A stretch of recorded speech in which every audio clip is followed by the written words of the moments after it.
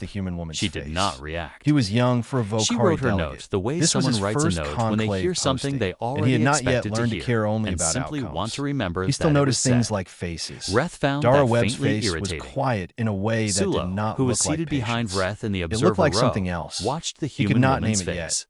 Owen was young Reyes for a leaned Vokari slightly delegate. toward Nia This was his Okafor first and said conclave something under posting, his breath. and he had Whatever not it was yet made learned to Nia care press her only lips about together in the outcomes. way that is not He quite a still smile noticed but is things related like to one. faces. She glanced down at her Webb's own face hands, was quiet broad, in a way that scarred did not across look the knuckles, like patience. nails It cut looked short. like something else. The hands of someone who He could used not them name for it yet. actual work. Owen The session Reyes continued. leaned slightly Breath toward made Naya Okafor 3 more and said points something about the under his breath. limitations of human Whatever it physiology. was made 2 Nia other press her delegates lips together added in the supporting way that is comments. not quite a The smile, formal but is proposal to related restrict one. human movement to She lower glanced risk down at station her own areas hands, was entered broad, into the meeting scarred record. across the knuckles, Dara Webb nails took cut notes short. through all of it. The hands of someone When the who session used them ended for and the actual delegates work. began to file The out, session continued. Sulo fell on a step Ref beside a made 3 more conclave staff points member about the he knew and limitations of asked human quietly physiology. whether the humans had said 2 other anything after the delegates meeting added concluded. supporting comments. The staff member thought about The it. formal The medic proposal made a to joke, restrict she human said. movement to I lower did not risk understand station it. areas was Something entered about into the crime meeting and record. entertainment programs. Dara Webb took Sulo did notes not through all understand of it it. either, but he thought When the about it for session a long ended time and the afterward. delegates began to The file sound out, came first, a Sulo sharp fell into crack, step then a beside hiss a like conclave something staff member he exhaling knew under enormous and asked pressure. quietly Nia whether the Okafor humans was had already said moving anything before after the the second meeting noise concluded. hit. She had spent The staff 11 member years thought working in about it. places where a delay The of medic 3 made a joke, seconds between she said. hearing a problem I and did not responding understand to it could Something change about the crying shape at of the rest of her entertainment life. programs. Her body had made a Sulo did decision not before her understand it thoughts either. caught up. The But he plasma thought about it conduit for a running long along time the upper afterward. corridor of Section 4 had a seal failure. She could see it from 20 meters away, a line of bright orange leaking from the joint where 2 sections met, the kind of leak that starts small and does not stay that way. The corridor fed directly into the wing where the Vokari and Krinish delegations had their quarters. If the conduit failed fully, the pressure release would tear the wall paneling, and the heat alone would be enough to cause serious damage to anything living nearby. Nia hit the manual bypass panel at a run. The panel was hot already. She registered at a flat, factual note and pulled the cover off with her left hand. The seal blew. Not catastrophically. Just enough. A short burst of vented plasma caught her right forearm as she turned away, and a piece of the blown seal plate, small, fast, and edged like a blade, cut across the back of her hand before she got it clear. She finished entering the shutdown code left-handed. The hiss dropped. The orange light along the joint faded. The corridor pressure stabilized. She stood for a moment looking at the panel.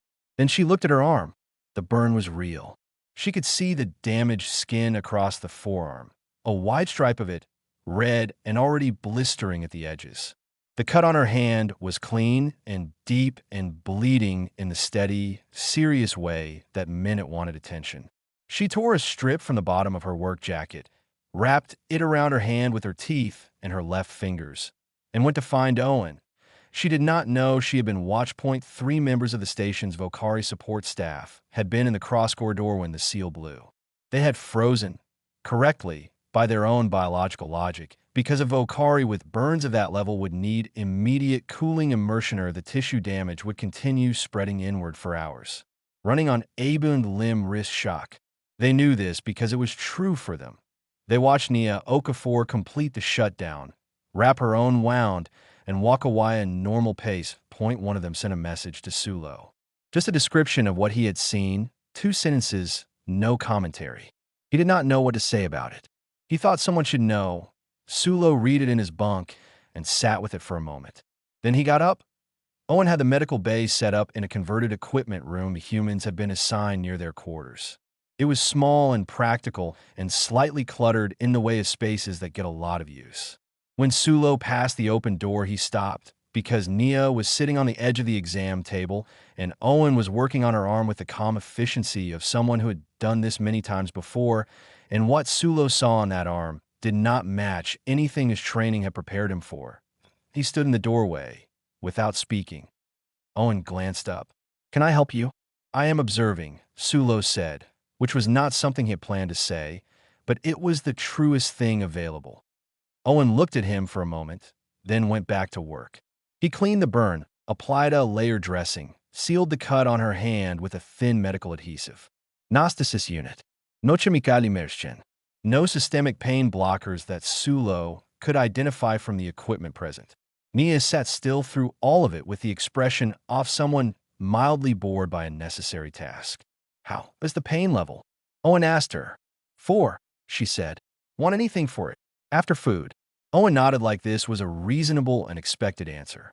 He finished the dressing, labeled it with a small adhesive marker, and handed Nia a sealed nutrition pack from a shelf behind him. She opened it and started eating. Sulo found he could not move from the doorway. "The burn," he said finally. "On your arm. The tissue damage. For a Vokari, that level of injury requires—" "We're not Vokari," Nia said, without unkindness. She bit into the nutrition pack. Sulo looked at Owen, who gave a small shrug. "She'll have some scarring. Maybe. Might not even be visible in a few months, depending on how the tissue layers rebuild." He capped a small instrument and set it down.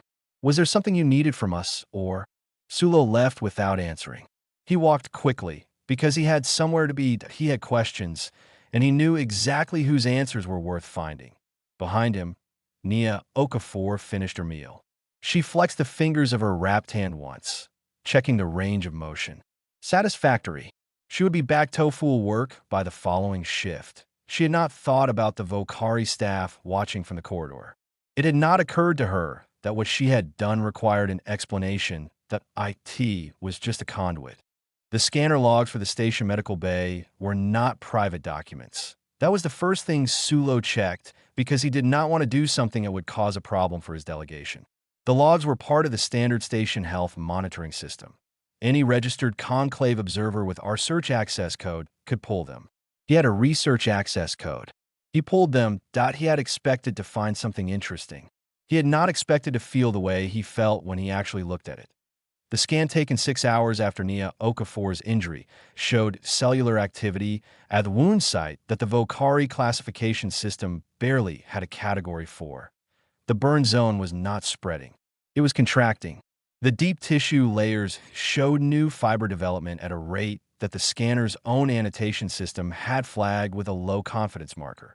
Not because the reading was wrong, but because the system had rarely seen numbers like that outside of chemically assisted recovery cases. No chemicals had been administered. The scan notes from Owen Reyes confirmed it. Standard dressing. Standard adhesive seal. Nothing else. The cut on her hand was already closing at the edges. Sulo sat with the data for a long time.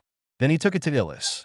Illis was the conclave's assigned session mediator for this round of talks. Asa Thrani, which meant she was old in a way that was difficult to estimate and calm in a way that was difficult to disturb. She had gray-green skin and eyes that were slightly too large for her face, and she had been in the conclave's senior mediation corps for longer than most of the current delegations had been alive. When Sulo entered her office, she was reading something, and she did not immediately look up, which was not rudeness but habit. "I have medical scan data I want to show you," Sulo said. "I believe the scanner made an error." Illis looked up then.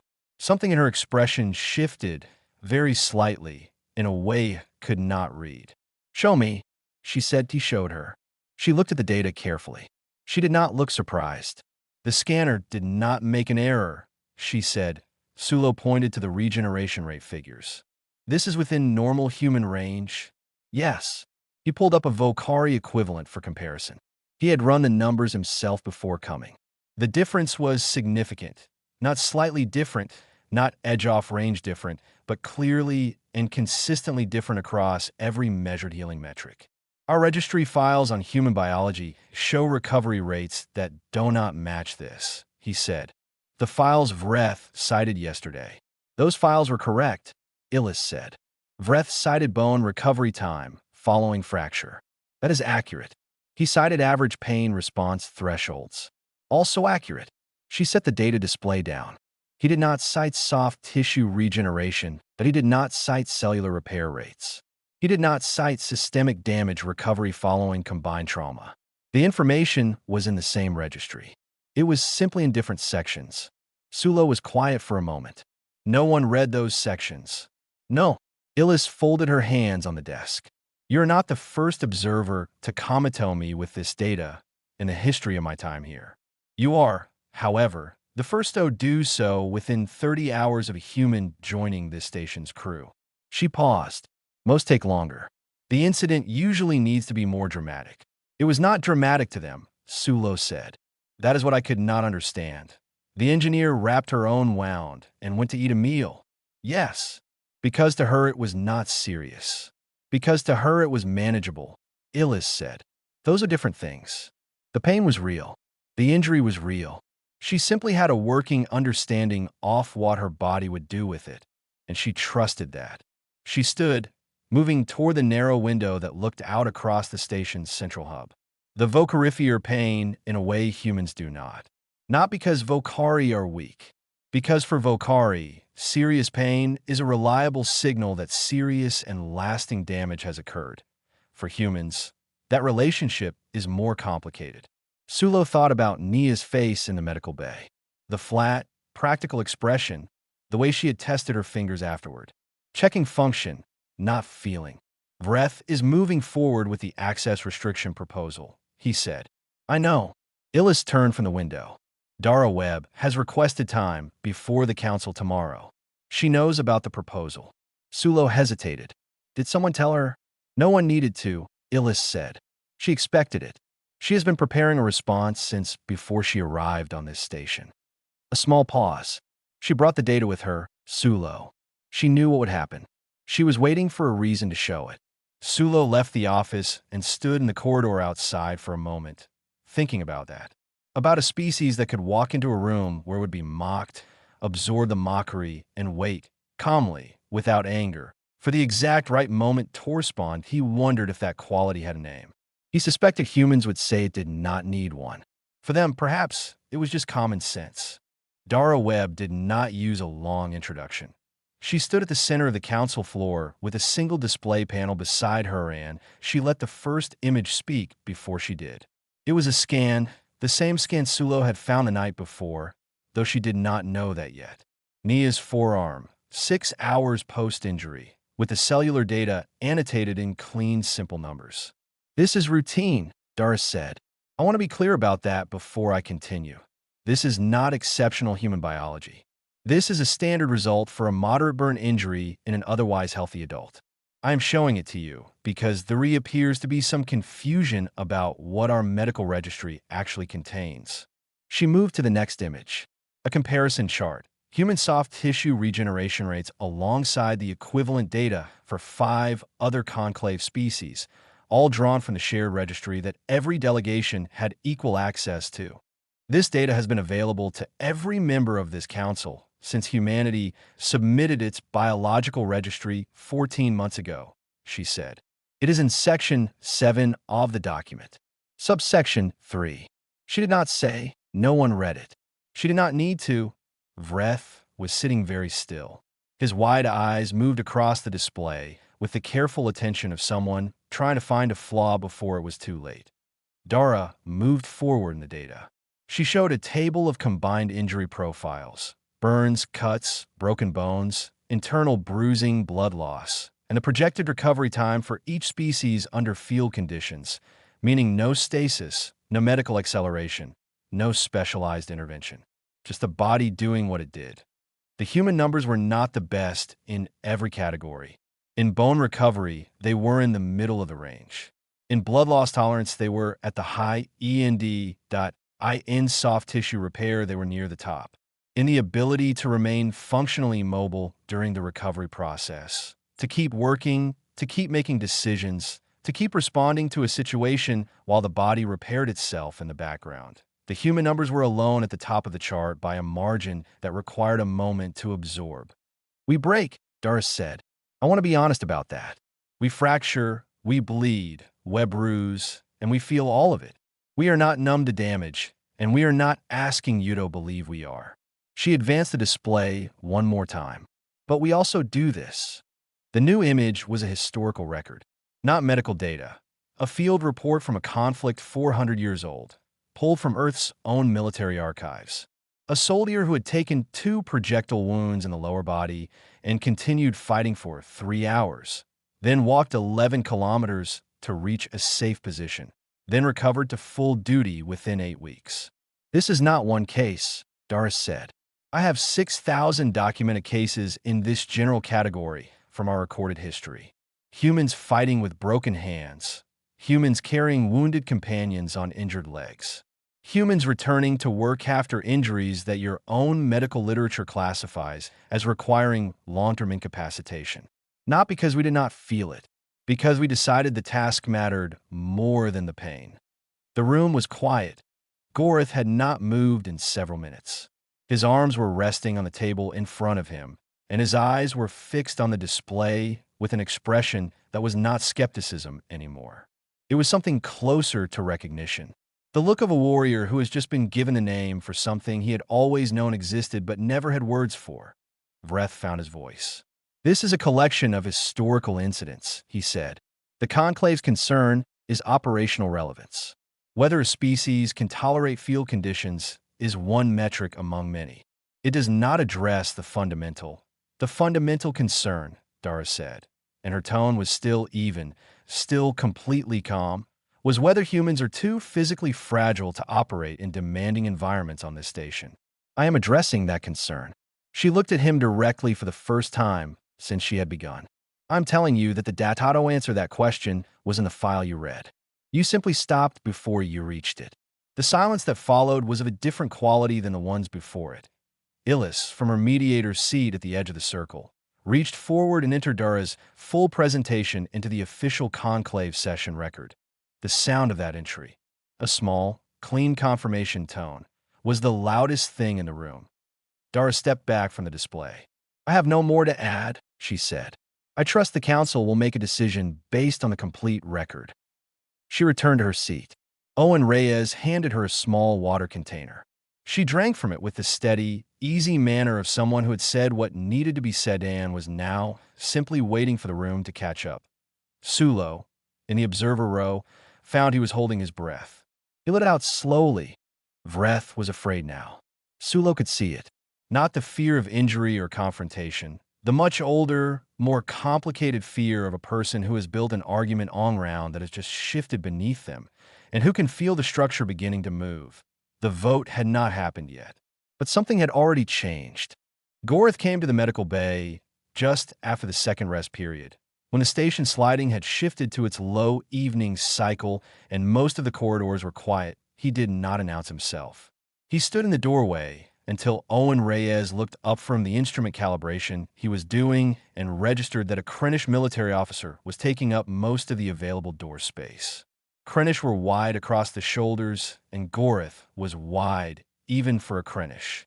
He wore no rank display at this hour, just a plain gray support garment that made him look, oddly, like a large and uncertain visitor rather than the senior military delegate he was in daylight. "I have a question," Gorith said. "All right," Owen said. Gorith came in and sat down on the bench along the wall without being invited to, which Owen decided was probably just how Krennish worked and was not worth addressing. He set down his calibration tool and gave the officer his full attention. 31 years ago, Gorith said, a Krennish patrol engaged an unidentified group near the boundary of what we now know to be your outer system territories. They were not flying registered ships. They did not respond to contact signals. When the patrol moved to intercept, they fought back. He paused. They took damage that should have ended the engagement in the first exchange. They did not stop. The patrol commander's report said they appeared not to notice the damage, that they kept moving, kept pressing, as though the hits were not registering. 3 of our patrol craft were disabled before the group withdrew. Owen listened without interrupting. The incident was logged as an encounter with an unknown aggressive species and filed without resolution. Gorith said, "We never identified them, but I know now what they were." Owen nodded slowly. "Probably not authorized, whoever they were," he said. "That area of space was complicated back then. There were independent operators. I can't speak for whoever those people were. I am not assigning responsibility," Gorith said. "I'm telling you because I want you to understand that I have wondered about that report for 30 years. The patrol commander wrote that she had never seen anything fight through damage the way those ships did. She retired the following year. She said she found it difficult to think about it without it changing her understanding of something she had always believed." Owen was quiet for a moment. What did she believe? That she understood the limits of living things. Owen nodded again. He reached across to the small cabinet mounted above the examinable and opened it. Inside was a compact personal kit, the kind of field medic carries when there is no room for anything bigger. He took it out and set it on the table and opened it. Inside, arranged in the practical order of someone who knew exactly how they would use each item, were the standard tools. But what Gorth found himself looking at was not the tools. It was the inside lid of the case, where Owen had written dates and locations in small, neat letters. More of them than the lid had space for comfortably. Some overlapped. Some had been written over older notes in a different color. Incident log? Gorth asked. Scar record, Owen said simply. He pointed to a mark on his forearm, just below the elbow, pale, long, barely visible. Mining support station, 7 years ago, a pressure seal failed. Another mark on his shoulder. Before that, a field job that went sideways. He turned his hand over and showed a set of small, close scars across the palm. Before that, he closed the kit. I'm a medic. I know what each off these cost me at the time. I also know what they are now, which is nothing. Old news. My body dealt with it. Gorth looked at the closed kit for a long time. Does it not sit in your mind, he said, carrying all that? It sat for a while, Owen said. Each time, that it didn't. He shrugged, a small motion. The body heals, and then the mind figures out it's allowed to move on too. It usually follows the body's lead. He paused. Is that what you came to ask? Gorth stood. He was quiet for a moment with his hand resting on the door frame, and there was something in the set of his shoulders that was different from how it come in. Not softer, recalibrated. No, he said. I came to ask if what Dara Webb showed today was accurate. Yes, Owen said. Gorth nodded once, the small, clean nod of a person who has resolved something they needed to resolve, and left. Down the corridor from the medical bay, in the small shared room the human delegation used as an evening space, Sulo found Dara at a narrow wall-mounted table with a datapad and a cooling cup of something. He stopped at the edge of the room, uncertain if he was welcome. Dara looked up. Come in, she said. Not warmly, not coldly. Just a door opening. Sulo came in. He did not quite know how to begin, so he said the first honest thing had, I read the rest of the registry file today. All of Section 7. Dara looked at him with eyes that were calm and a little tired and entirely willing to continue. I have questions, he said. I have time, she said. She moved the datapad aside and picked up her cup. Outside the window, the stars were the same as they always were. But the room felt different than it had 24 hours ago, though neither of them could have explained exactly why to anyone who had not been in it. Vreth filed his formal objection at the start of the session. He had refined a Tavernite, and it showed. The language was tighter, the structure more deliberate. He had removed the mockery and replaced it with careful concern. He cited station safety protocols. He cited operational risk assessments. He cited the value of caution when admitting a species whose biology presented variables that had not yet been fully evaluated, that he did not say fragile. He did not say limited. He had learned something from the day before, that IT was a good document. Sulo had read it in advance and thought it was genuinely good. IT was also, he knew, built on the same flawed ground as everything that had come before. More carefully constructed, but still the same shape. A structure built around an assumption that the data had already contradicted, wrapped in formal language so that the assumption would be harder to see. The council received it. Several delegates asked questions. The discussion was measured. No one was openly cruel. Then Illa spoke. She did not often speak at length in these sessions. Her role was to move things forward, not to take positions. But she was also permitted to enter observations into the record, and she did so now. Delegate Vreth has raised the question of unknown variables, she said. I would like to note that Humanity's Biological Registry is one of the most complete documents submitted by any probationary species in the last 40 years. It contains over 900 pages of medical, genetic, and physiological data. The concerns raised in this chamber over the past 2 days were not the result of missing information. They were the result of incomplete review of information that was provided freely and in full. She let that sit for exactly one breath. I raise this not to assign blame. I raise it because the council's decision should be based on what the record actually says, and the record says that humanity's physical resilience has been systematically underestimated at every stage off this review. Vreth began to respond. Illis raised one hand, not sharply, just with the weight off 30 years of mediating rooms like this one. I also want to be direct, she said. Are you afraid of species that is difficult to permanently stop? Or are you afraid of what it means if a species that looks easy to stop is not? The room went very quiet. Vreth sat back. He was a skilled diplomat, and he knew when a moment had turned. His jaw was set, and his wide eyes were still, and he was doing the work of a person who is recalculating something they have held to for a long time and finding the numbers no longer add up.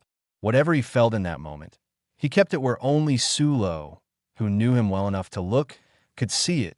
The vote was taken. The result was not close. Humanity's provisional status was removed. Full membership, with all corresponding access and protections, was formally entered into the conclave record. Dara Webb accepted the result with the same expression she had worn when Vreth first mocked them in this chamber. Not triumph, not relief, something quieter than either. The look of a person who had known what the answer would be once the right question was asked, and had simply been waiting for the room to get there. She shook hands with the council members who offered it, and she thanked Illis with the kind of directness that the Sothrani mediator received, as the compliment it was intended to be. She did not gloat. She did not make a speech. She found Sulo in the corridor afterward and said, simply, "Come find me if you have more questions," and then she went back to work. Sulo watched her go, and then stayed where he was for a moment, thinking about what kind of species produces a person like that. Someone who can walk into a room prepared to be dismissed, take the dismissal without flinching, and come back the next day with facts and patience, and not 1 gram of bitterness. He thought he was beginning to understand. In the human crew corridor, 2 levels below the main council chambers, Nia Okafor was doing pull-ups on a bar she had rigged between 2 wall fixtures. She had been off active station work for 2 days, and she found inactivity difficult in the way that useful people often do. Her arm was wrapped, and the pull-ups were within the movement range Owen had cleared. She was not pushing limits. She was just moving. That a Krinish crew member came around the corner at a steady walk and stopped. He was one of Gorth's staff, a working soldier, not a diplomat. He had a strong build and the careful posture of someone trained to assess things quickly. He looked at Nia. He looked at the wrapped arm. He looked at the bar. He looked at the fact that she was on her 9th repetition by his count and had not slowed. Nia dropped from the bar, rolled her shoulders, and looked back at him without particular expression. That he gave a single nod. The short, clean kind. The kind that does not need anything added to it. Nia nodded back. He walked on. She reached back up and continued. 2 floors above, the conclave record was being updated, and somewhere in the deep registry files, Section 7, Subsection 3, the data sat exactly where it had always been, patient and complete, waiting for anyone who wanted to understand. Some rooms take longer to read than others. The important thing is that eventually someone does.